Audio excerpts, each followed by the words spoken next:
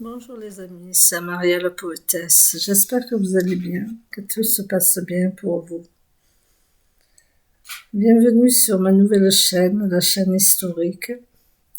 Aujourd'hui, j'ai décidé de vous conter la légende de Tristan et Iseult.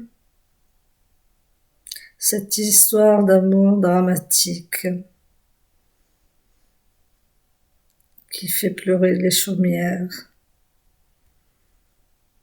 J'aimerais auparavant que vous marquiez j'aime et abonnez. N'oubliez pas. La légende de Tristan et Iseult. L'origine de la légende de Tristan et Iseult est un mythe venu des Cornouailles, une région du sud-ouest de l'Angleterre. Les plus anciennes versions de ce mythe datent de 1170 environ. En 1173, 2 romans ont été écrits par Béroul et Thomas, 2 trouvères de personnes qui vont de cour en cour pour réciter des histoires. Il existe aussi un poème écrit vers 1170 par Marie de France. Le mythe de Tristan et Iseult s'est vite répandu dans toute l'Europe, dont plusieurs versions sur ce mythe sont nées, comme au pays de Galles, où le mythe parle d'un Tristan. C'est à partir du XXe siècle que des spécialistes vont reconstruire des récits complets à partir des textes retrouvés. Les légendes sont des histoires imaginaires qui se basent sur des faits réels, à différence des mythes littéraires qui sont des histoires entièrement imaginaires. Le personnage, ou les personnages dirais-je. Les 2 personnages principaux sont Tristan et Iseult. Le père de Tristan, le roi de l'Aunois, est tué à la guerre, tandis que sa mère, Blanchefleur, meurt après lui avoir donné naissance. Iseult, la blonde, est la fille du roi d'Irlande et la nièce du géant Morholt. Le roi de Cornouailles, le roi Marc, l'oncle de Tristan, va s'occuper de son éducation lorsqu'il devient orphelin. La reine d'Irlande, la mère d'Iseult, va préparer le philtre d'amour destiné aux noces de sa fille et du roi Marc.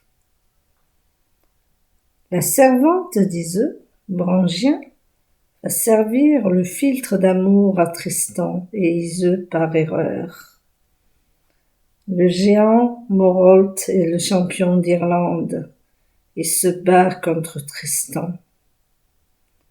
Iseult, au Blanchemin, est l'épouse de Tristan et la princesse d'Armorique, territoire qui occupait toute la Bretagne actuelle et une partie de la Normandie. Le résumé de l'histoire. Après la mort de ses parents, Tristan se retrouve chez son oncle, le roi Marc de Cornouailles. L'Irlande menace la Cornouaille et envoie son champion, le géant Morholt, se battre contre Tristan. Ce dernier en sort vainqueur, mais il est blessé. Iseult la blonde, sans le savoir, va soigner celui qui a tué son oncle. Quand Tristan découvre qu'il est en Irlande, il s'enfuit et retourne au château de Marc. Les barons du roi Marc, ayant peur que Tristan ne devienne roi après sa mort, disent au roi qu'il doit se marier. Tristan se rend alors en Irlande pour demander la main d'Iseult pour son oncle. Sur le bateau pour retourner en Cornouailles, Tristan et Iseult demandent à boire. Drangien, la servante, leur sert par erreur un philtre d'amour préparé par la reine d'Irlande pour le mariage de sa fille. La puissante boisson agit rapidement et il tombe amoureux. Le mariage a lieu, mais Tristan et Iseult continuent à s'aimer. Quand le roi apprend, il chasse Tristan du château. Ce dernier s'installe dans la forêt et Iseult vient le rejoindre. Marc le découvre peu de temps après et Tristan et Iseult décident donc de se séparer. Il part dans un autre pays, puis épouse Iseult au Blanchemin, la princesse d'Armorique, sans oublier Iseult qui continue à aimer. Un jour, Tristan est empoisonné et fait chercher Iseult qui seule peut le soigner. Tristan demande de mettre une voile blanche si Iseult la blonde se trouve sur le navire au retour. Jalouse, Iseult au Blanchemin ment et lui dit que la voile est noire, ce qui veut dire qu'Iseult n'est pas venue.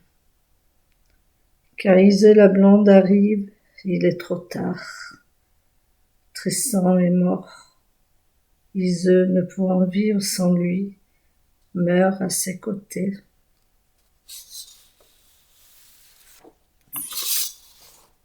C'est une belle histoire d'amour, cette légende. Dramatique, c'est un mélodrame. Sur ce, je vous souhaite une bonne soirée, en espérant que vous marquez j'aime ou abonnez-vous à ma chaîne historique. La prochaine fois, je vous promets, j'aurai une légende qui sera plus gaie. Passez une bonne soirée, mes amis. Au revoir.